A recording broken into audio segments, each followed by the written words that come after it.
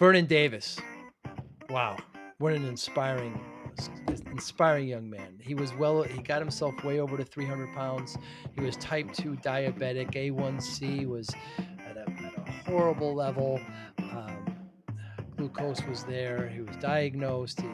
He had problems with vision, with pain, and constant urination, and went to the doctor and got diagnosed. And the doctor just put him on medication and sent him on the way. And he just turned it around. He had friends that were in the nutrition and health industry, turned it completely around.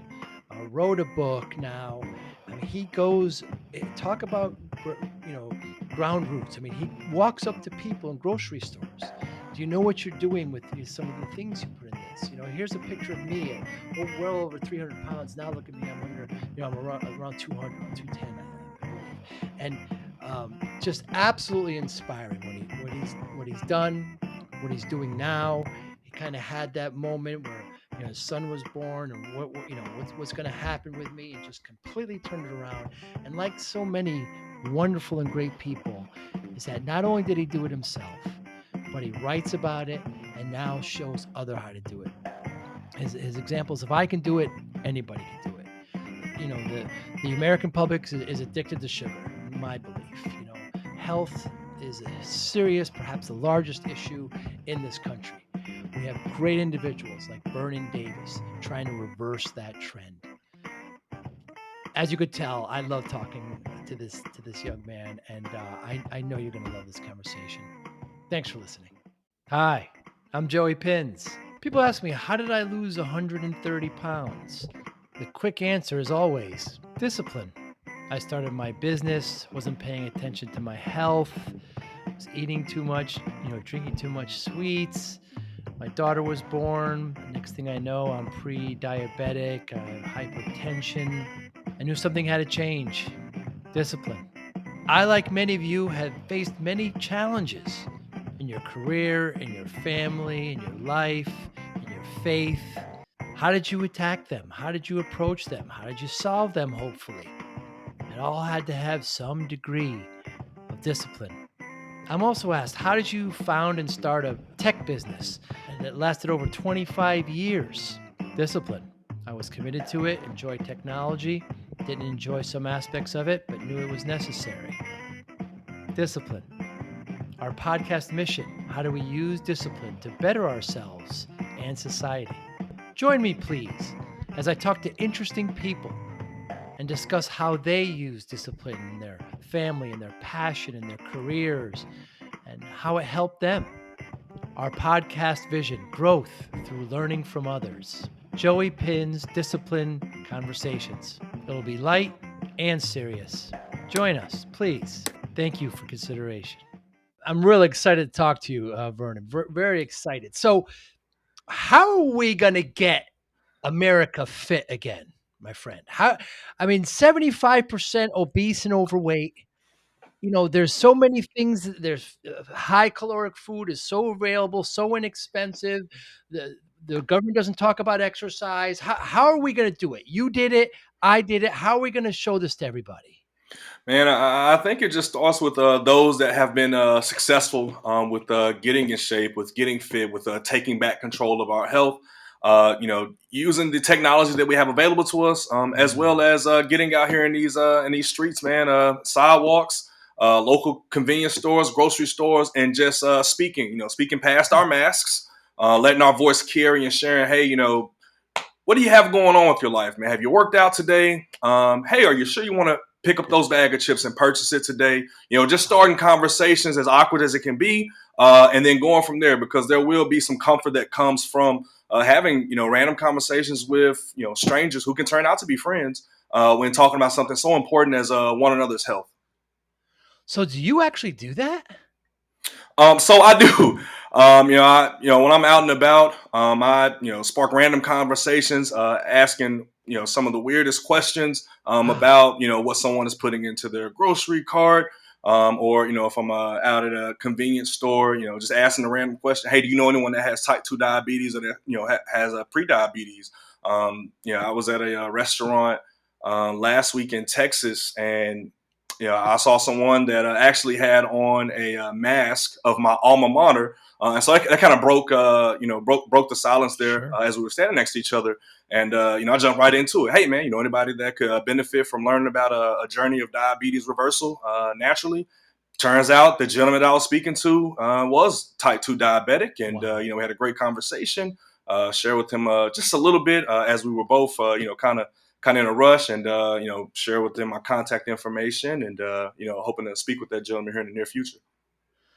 And do we have to do this for the children as well? Does it have to start at that age, or do we go from the parents down or from the kids up? To each his own. My focus is parents, adults, and if I'm out where there are like teenagers that look like they're in high school, then trying to have a conversation with them, but primarily just adults, and hoping that they'll benefit from that information and then want to pass it on to the next generation in their families. So I read your bio. It's fascinating. Please share the story, Vernon Davis. Yeah. So 2020, July 2020, man, I found out I was a type 2 diabetic. And, it should not have been a surprise, but it was. Mm, I had no idea that that's what was going on with my body. Prior to my diagnosis, I had been experiencing symptoms for about 4 or 5 months, including but not limited to um frequent urination. mm. And it got to a point to where I was pulling over on the side of the interstate to relieve myself because I couldn't make it to the next restroom. It just was no way without. I just couldn't do it. It was either that, pulling over on the side of the interstate to urinate, or peeing on myself. Oh my And God. I chose to take the chance and pull over on the side of the interstate many times in about a two week period. And that's when I was at the height of my concern.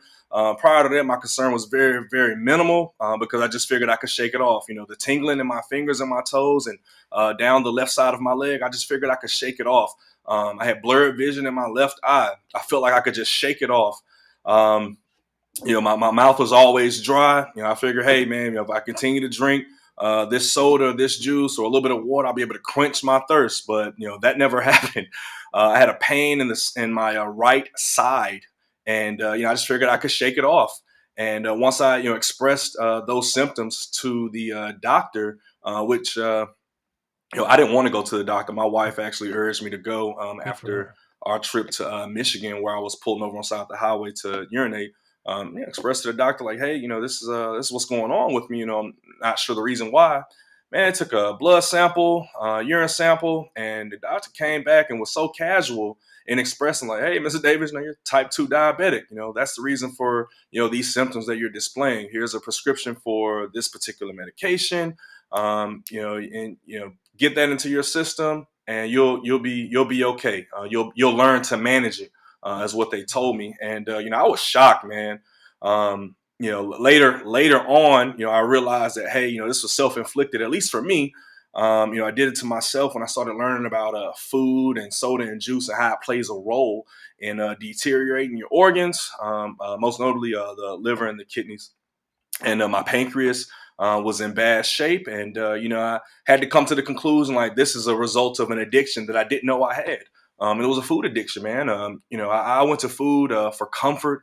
It was a release for me, in stressful times, stressful situations, dating back to middle school and high school. Couple that with probably 14 to 15 years of being a young adult, and trying to navigate through the treacherous waters of life.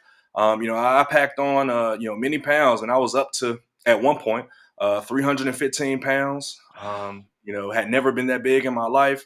The day I was diagnosed, I was 274, and that was still, very excessive for me. And it didn't reflect in the mirror, man. I had no clue that I was that big. But when I look back on photographs of myself, I can see like, Mm, wow, man, that's a lot of weight. I was mm. carrying a lot of weight in my face and my gut, and some in my chest. And it was an eye opener, man. I remember leaving the clinic where I was diagnosed, feeling defeated, feeling very, very insecure, sad. I was crying, and I called my wife to share with her hey, this is why. I called my parents to inform them as well, and as soon as I hung up with them, I called a friend of mine, two of them actually. One of them, Tony Lee, great friend for about 6 years. He was a personal trainer, is a personal trainer, and I shared with him what was going on, and he reassured me like, man, Davis, I got you. We're gonna get you back on track, but you have to trust me. And I said, man, I trust you, man. You're my friend. I trust you. I believe that you'll be able to assist me with the knowledge that he had acquired over the years, learning about fitness and helping others achieve their fitness goals. The next friend I dialed, and this was all in the parking lot of Wow. the clinic. I dialed my friend Breon Reed, who was a herbalist. Breon had quite a transformation story months prior, which prompted me to give him a call. A veteran. He was working for I believe an IT company and had a lot of pain in his body from sitting in some kind of chair, and he learned to heal his body with natural herbs and fruits and vegetables. And so I leaned on him for guidance to do the same here for myself. And we spoke very briefly, and I had to immediately jump into self-education. Had to go back to school, Hmm. learning, acquiring knowledge, but this time it wasn't theory, it wasn't Hmm. hy- hypo- hypotheses or Hmm. doing a term paper. This was okay. I need to learn stuff now to apply immediately into my life. And so I started learning about natural herbs, sea moss, bladderwrack, burdock root, elderberry. Started learning how those sea vegetables and natural herbs that help heal my body. I didn't agree with the approach that Tony had when it came to fitness. For me during the pandemic, but I was desperate, so I gave it a shot. And that approach was working out at home on our patio. I had no Hmm. equipment, and I always grew up with the mindset of you go to the gym to work out, you use weights and different equipment to work out to get a good workout in.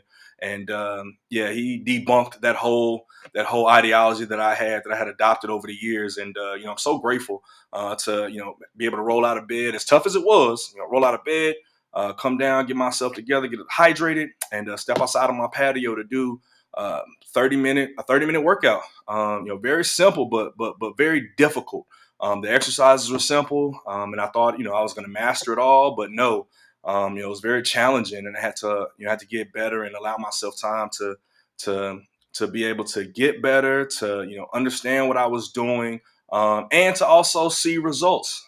3 months after my diagnosis, my blood glucose level had dropped. Now, I'm not sure the exact number because it wasn't recorded, but my A1C level was recorded. Hmm. On the 23rd of October, my A1C level was at a 7.4. Wow. Now, for those that are listening, they may say, "Hey, man, that's still pretty high." Well, the doctor and the nurse that I went to on the 23rd of October said the same thing, but I shared with them like, "No, that's a huge improvement." And they said, "Well, Mr. Davis, what do you mean?" Well, my A1C was greater than 15.5 on the Nice. 24th of July. And so I had decreased by over 50%. Wow. And that was huge for me. It had me feeling very confident. I noticed on that same day, my clothes were fitting better, but I was nowhere near achieving the goals that I had set for myself. And so I kept at it. And one of the things a few of the things I want to share with the listeners here is, whatever your goals are, especially as it relates to health and fitness, you can't do it alone. Mm. You got to enlist some accountability partners. And for me, outside of my wife and my family, my accountability partners were two of my friends who just so happened to be in the health and wellness space. And so, I was very fortunate to have Tony Lee to call and speak with any time of the day, when I felt like I was, falling off the wagon, when I was having emotional breakdowns, crying because I desired to have a soda or a juice, Hmm. or frustrated because I wanted to have a burger. And when the same with being able to contact Breon as well, by call or by text. And there were days, during this journey where I did have, crazy mental breakdowns to where I was, sometimes I look back like, man, I was crying for no reason, but it just kind of goes to the back to that addiction and that hold that certain foods, junk food, and sugary drinks had over me, and it was hard to break. Growing up, I heard consistently that the most addictive thing out there is sugar. And Mm. it wasn't until this experience, going on this journey, you know trying to exclude that from my life, at least the added sugar from my life, where I started feeling like, hey man, I think there's some truth to that saying.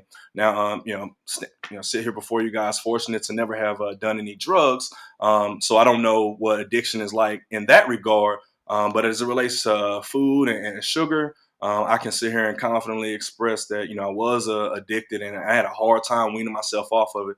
The easiest things I think that I was able to do was not have soda and juice anymore, Mm. only because I realized that that was the main issue for me. So the 24th of July, that was the last of 2020. That's the last day I had soda or juice. Um, but the journey did continue, and I continued to learn more, and educate myself on more, watching documentaries, Mm. reading through different research journals from different doctors, and it became a lifestyle. 5 months after my diagnosis, I was down 50 pounds, all healthy weight loss. Nothing extravagant. I was working out on my patio, or jogging in my neighborhood for about 15 minutes as well. Now I did, have to learn more about the foods that I was going to consume, and I put myself on a eating window of 4 hours a day. Very challenging. Don't get me wrong. Again, I was desperate, and so I went that route. I believe a lot of people know it as intermittent fasting. So that 4 hour day window was very challenging. But being able to experience feeling better, the blurred vision not being present in my left eye Mm. anymore, the tingle in my fingers and my toes, not feeling that anymore, the pain in my side, which I found out was the symptom of stage 1 kidney disease. Not having that anymore, kidney being in perfect condition, both of them. Not having the tingling in my left leg anymore, or it going numb, being able to sleep soundly through the night. Not having that broken sleep anymore, not having to go and urinate every 10, 15 minutes. Not experiencing that anymore was success for me. And so it pushed me to keep going, like, man, okay, I like the way that I'm feeling. As it relates to my clothes, I like the clothes that I'm wearing and how they're fitting on me. I want to keep pushing. I want to keep going. And then it got to a point to where, I had to realize, like, man, this is something that plagues a lot of American citizens. Mm. And so, man, it's up to me, and those that have success in reversing type 2 diabetes as well, to speak out and share this information. That it is possible to reverse this chronic illness, that you don't have to learn to live with it. It does take discipline. It takes a level of consistency, and it also takes a great deal of patience. I had to realize early on that the chronic illness that I had, it didn't happen overnight, and so I wasn't going to be able to fix it overnight. It wasn't going to get better overnight. But slowly, each day, with each decision that I made, taking it one decision at a time, I was able to get to a point where I successfully reversed type 2 diabetes, decreasing my A1C level by over 10 points. The day I was diagnosed, my blood glucose level was 476.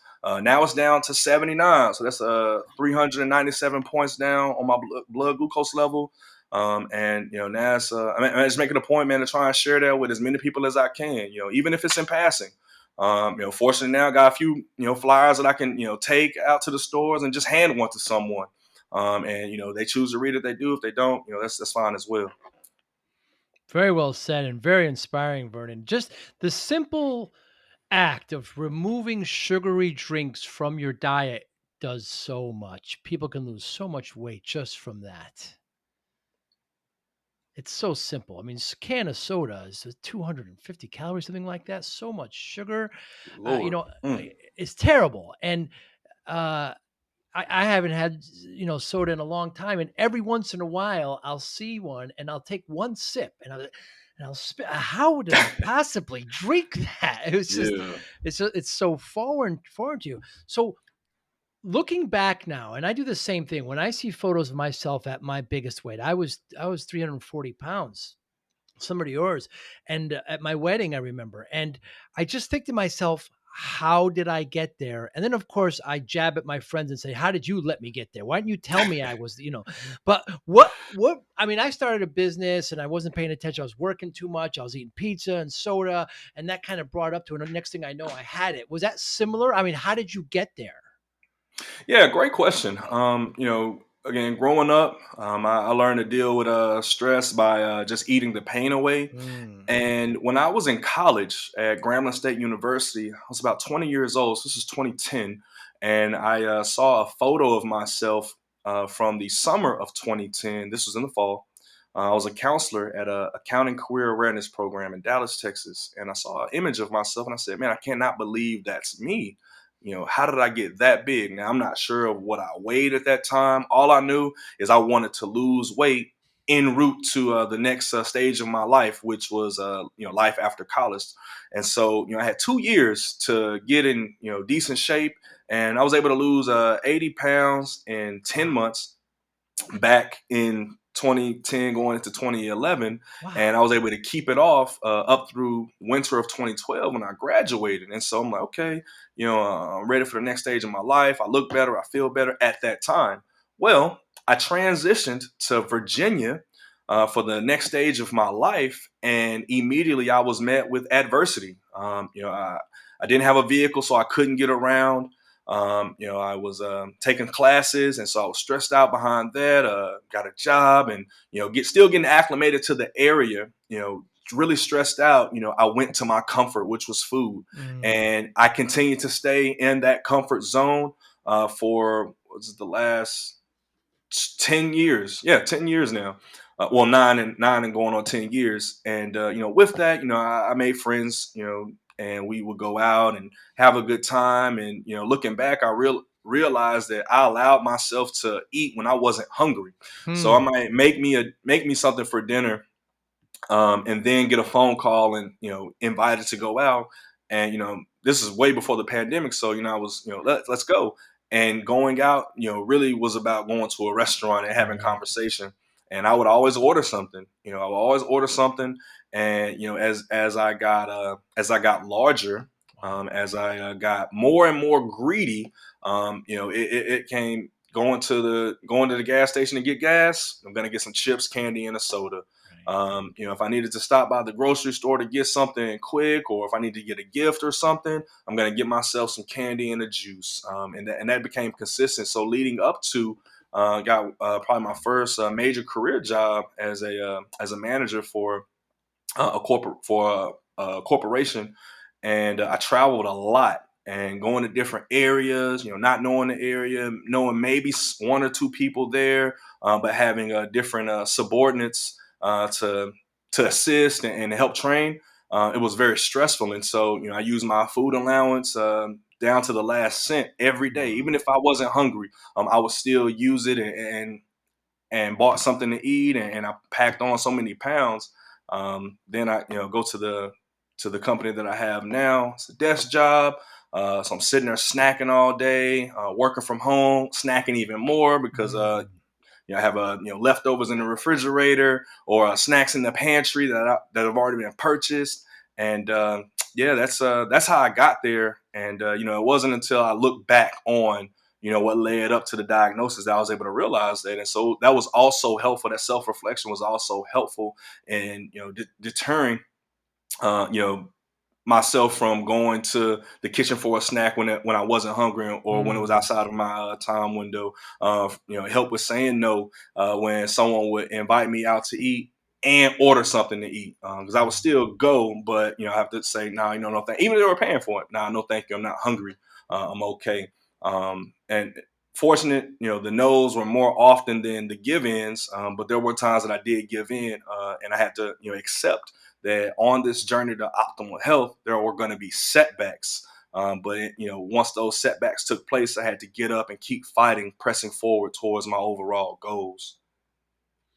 Yeah, very well said. The whole this kind of diet thing, people, I'm gonna have to go on a diet. You have to change the way you do things. Diet is too temporary, and I didn't realize that you lost 80 pounds and then gained it back, and then here you are. What that seems to be a common trend where people tend to lose a lot of weight and then just gain it back quickly. Keeping it off is very challenging and takes a lot of discipline.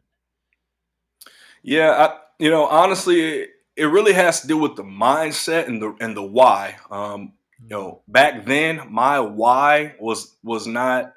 Um, it wasn't really concrete. I was looking to be able to. It wasn't about feeling good. It was about looking good to impress other people. mm, Um, from being honest with you, I figure, hey, if I look good, if I'm in good shape, whenever I get ready to relocate, it'll be easier to find a girlfriend, mm. and things of that nature. And so that was my why back then. Now my why is to be healthy for my family, my wife, who we've been happily married for 2.5 years, to be present for my son, who just turned 8 months. I can't help them or take care of them if I'm not taking care of myself. And so that became my why. Yeah, that's me too, by the way. My kind of come to Jesus moment was my daughter. Yeah, and when the doctor said I was pre-diabetic, I wasn't quite there yet, but and I still have her to this day. And this doctor, and she said, do you want to see your daughter graduate? Do you want to see this? And and it's very important to have somebody important like that, that you respect, a doctor in your life. In fact, last year around this time I had gained about 20 extra pounds, didn't really realize it, and I went to see her and she weighed me, and the first thing she said to me was, "Hey Joe, did your Peloton break?"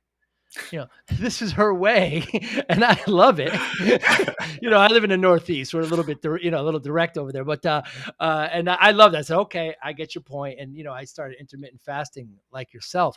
Let's talk about that visit to the doctor. So you got diagnosed that, and automatically they put you on prescription. Did the doctor ever once tell you to exercise, eat right? Was that ever prescribed? So the the eating right conversation was very very short. All I said was okay. I think they recommended something called the Dash diet, which I had heard before from my primary care physician, probably a year prior. But it was a pamphlet. I didn't feel like reading it, so I just tossed it in the back of my vehicle. The working out part, that went in one ear and out the other, because I was already working out. So, Hmm.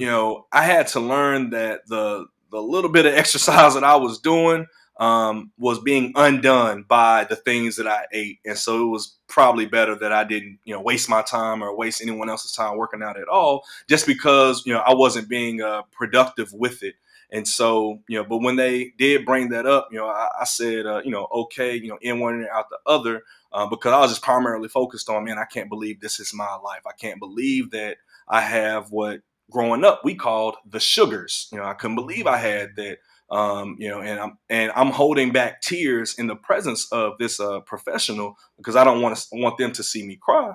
right. But you can you can believe, man, that I was raining tears as soon as I stepped out that door. But knowing that I had two friends to contact immediately, one of them being a personal trainer who I had been working out with in the past, but at that point I think I hadn't worked out with him for probably a year and a half. Half of that time was due to the pandemic. The other half was due to my previous job, where I was traveling a lot. And so, to be able to call him, and him immediately expressing me how necessary it is to work out, and that he would assist me, that was a conversation that helped me, more so than what the doctor expressed on that day.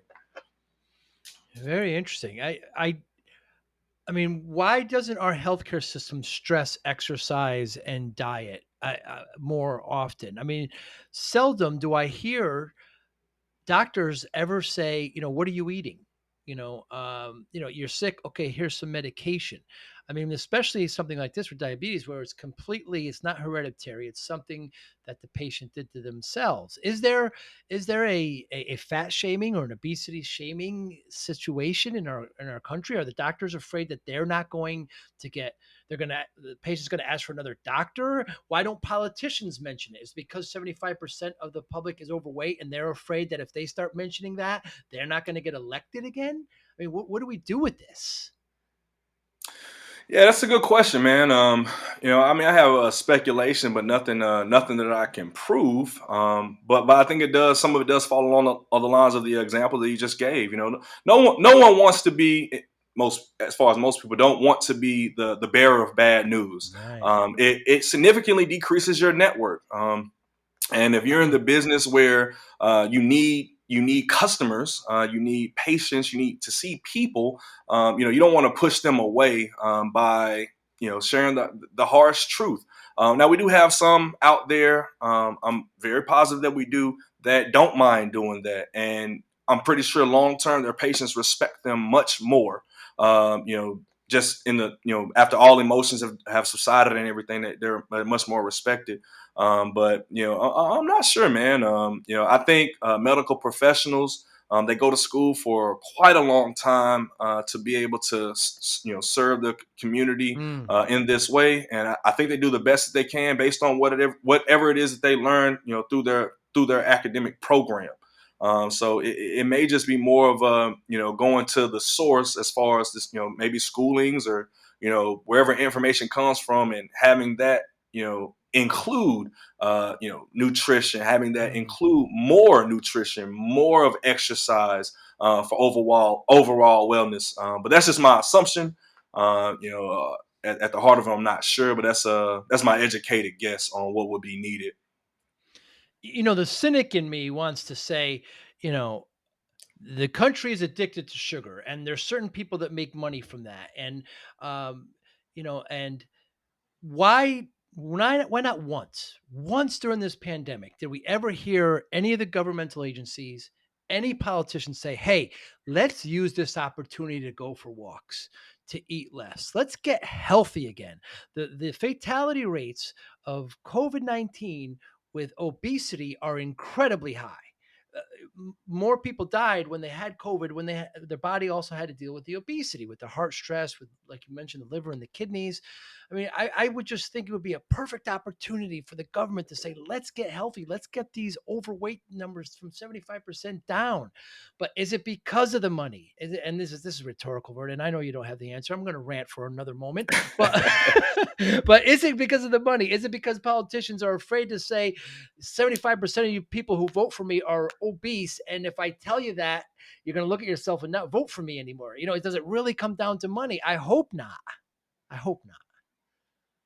Yeah, I hope not as well. And but until some of those answers are made clear, it takes folks like you and me, man, That's to right. to get out there and share it with our neighbors, those people that we do see in the grocery stores, and being I had to get to a point where I was okay with if I approached someone that looked out of shape to Mm, ask them about it. I mean, very good point. what's the point of me now having acquired knowledge through experience and not sharing it with someone that looks the way that I used to look? I can't say, okay, well, I'll pass that person. Joey will get him when he comes around, because Joey might not be available. Or Right. Joey's state of mind might not be there. He may be focused on something else, or on a phone call. You never know. And so we have to take the advantage of the opportunities that we do have to just speak up. The worst thing someone could say is, no, get away from me. Right. And that's okay. You move on to the next person. No need to force any information on someone if they're not ready for it. I know it was things as far as health and fitness that I wasn't ready for, 4 or 5 years ago, that, I invited now in my life out of desperation. And I'm so grateful for that desperation because it probably wouldn't have stuck. Very interesting. And we always talk about the grocery store staying on the outside, right? Staying on the outside because that's where all the vegetables are. That's where all the, everything is processed in the middle. But a store necessarily, and I'm getting cynical again here. I apologize, It's but all right. the store itself wouldn't really want. Would they invite this? What you say? Don't buy that. Buy this. They want you to buy everything, right? So I don't know. I don't know what the solution is there. So when you see somebody that's particularly overweight and has high caloric, high fat contents in their cart, I mean, how do you, Vernon? That's incredible. How do you break the ice with that? You show them a picture of yourself on your phone. How do you? That must be Yeah, something. yeah, great question. My approach has always been don't assume, and so when I do approach someone wherever it is in public, I ask them, do they know someone that Ah, has this issue? Even if it's them, they'll say, "Well, I do," instead of me asking, "Hey, do you?" Then it comes off insensitive, mm, and I had to learn that very very quick. That's just it's not going to allow for a conversation to take place. But if I come from the angle of, hey, do you know someone? And then once we start conversing, then I pull out my phone and I show them before pictures of where I was, a year and a half ago, 2, 3 years ago. And then I show them pictures of where I am today, in addition to what they see, in the flesh. Show them pictures where I am today, and then I also show them a picture of my book. I think one of the things that has benefited me here recently is being able to have a QR code for someone to scan from my phone through their camera and pull up the Amazon link to my book, Uncomfortable Peace. And that in and of itself has been a great way for me to end conversations because and now they have something on their phone, which they're gonna use their phone. They're gonna look at their phone at least 10 times before they get back to their vehicle. They have an Amazon link that they can at least take a look at to see what it's about, and they can make a decision if they want to learn more. Through purchasing a book or and I'll share my contact information with people in public. If they want to give me a call to ask more questions, sure. and we just got to take it one at a time. We might have 10 no's, but we get that one yes. That one yes can turn those 10 no's into yeses down the line. I mean, Vernon, I don't know. It's incredible. That's so inspiring what you're doing. I mean, people say hit the pavement and get a ground movement going, and I don't know anybody who's doing it. I mean, that's incredible. I applaud that. That is so inspirational. So, what made you write the book? I mean, did you get inspiration that way? Did you say I want to share this with others? How do you sit down and write a book after all this? Yeah, it was just in a period of my life where I needed something to keep me busy, in Mm, addition to working out. Sound like a hobby, right? So we're in the middle of the pandemic, and it's not really many places I can go. My wife and I, we throughout our friendship, we played video games a lot. But as we got married, playing video games really slowed down. Just we just didn't have time, and so I haven't really played video games much, so I couldn't turn to that.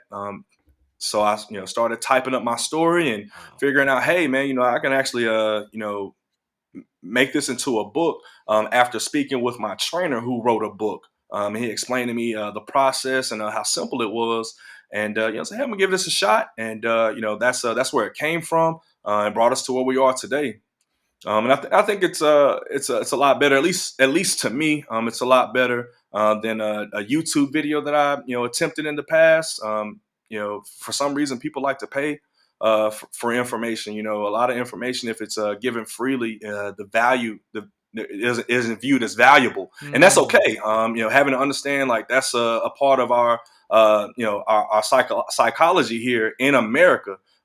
It's only valuable if it costs, or it's more valuable if it costs more, mm. and that's okay. I'm not trying to exploit, take advantage of anyone by no means. Just trying to adapt to the society that we have today in order to get this information out. At the very least, just my story on what I did, and then there's a good information in my book that really prompts continued self education because no success can be had in any field of study without self education. If I just relied on what Joey said Mm. for me to do, when tough times Oh, come, that'd be when tough hard. times come, I'm going to disregard and I'm going to revert back to what I know. Mm. But if I did the research and found, developed a conviction for whatever it is I learned in research, when tough times come, I can hold fast to that research because it's what I know.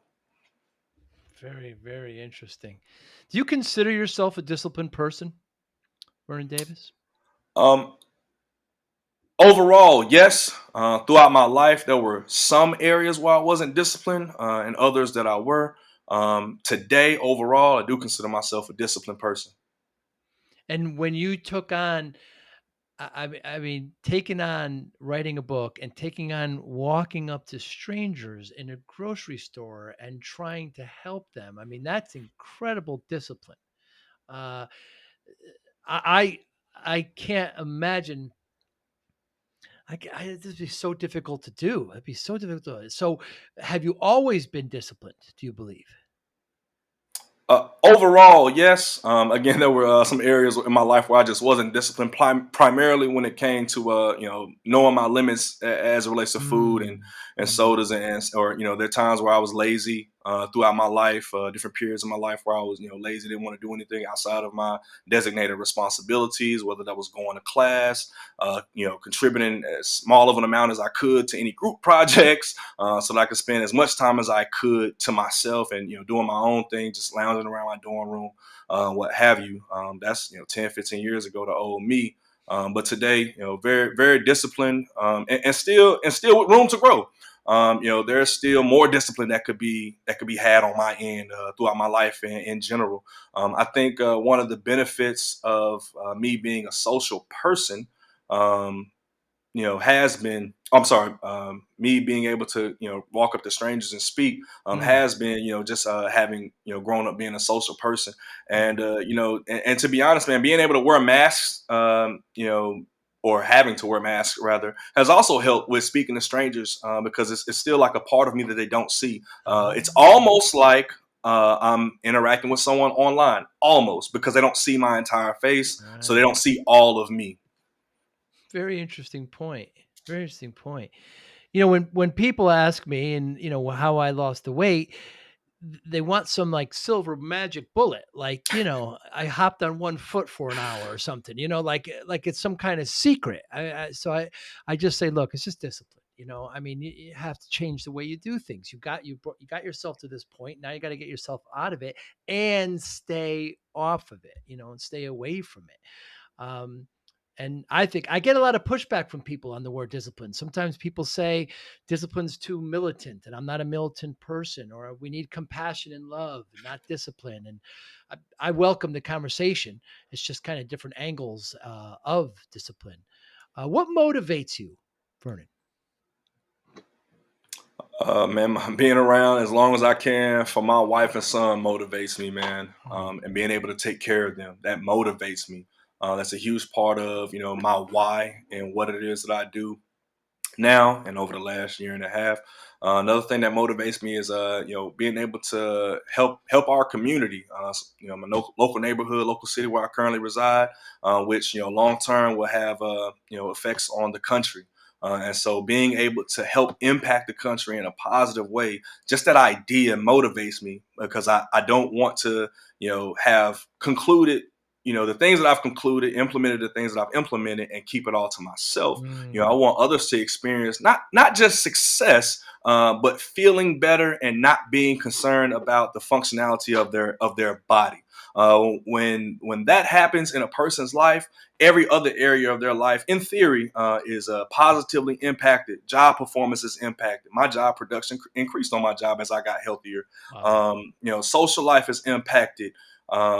Spiritual life is also impacted. And financially, there's a positive impact financially, because you're not spending X amount of dollars Mm, on co-pays going to emergency rooms, or urgent cares. You're not spending X amount of dollars on over the counter drugs for symptoms that like symptoms that you experience when you take care of your body and keep diseases and ailments away. And that's probably one of the more subtle things that me and my wife talk about, that our expenses, our living expenses, have dropped significantly since mm, being on this journey, just for myself, from our grocery bill to again, hospital or urgent care clinic visits. The things that we purchase, like Tylenol, for example, don't hardly purchase over the counter drugs like that anymore, mm, because this is not needed. And if I do feel the slightest something, there's a natural herb that I can go to and consume to help fix that here in the immediate future.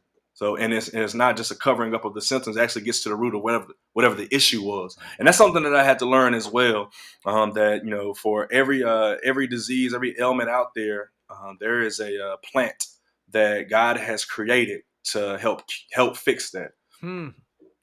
And it should be noted that you completely reversed diabetes. Your Yes, sir. organs are all in order. You're not on any medication. I mean, that's absolutely incredible. So, how do you measure success? Success varies from person to person. For me, success is being able to go into the doctor's office every 3 months Mm, and they say, man, Mr. Davis, your blood work looks great. Mr. Davis, these other things that we, tested in your urine, they're all in the normal range. That's success for me because a year and a half ago, they were all abnormal. And so, and they didn't have to stay that way. They could have, but they didn't have to stay that way. But it was decisions that I had to make in order to, better those abnormal numbers. Success for me is, being an example for my son. mm, Me learning now and going through the things that I've gone through. As far as recovery, I can aid him in learning as he, grows up in a from the perspective of prevention. And I think that's what is going to be helpful. Coming from me and my team long term is teaching prevention, which definitely focused on helping people that do have type 2 diabetes or any chronic illness for that matter. Because I think a good portion of the information that we speak on is applicable to the majority of chronic illnesses that are self-inflicted due to food and lack of exercise.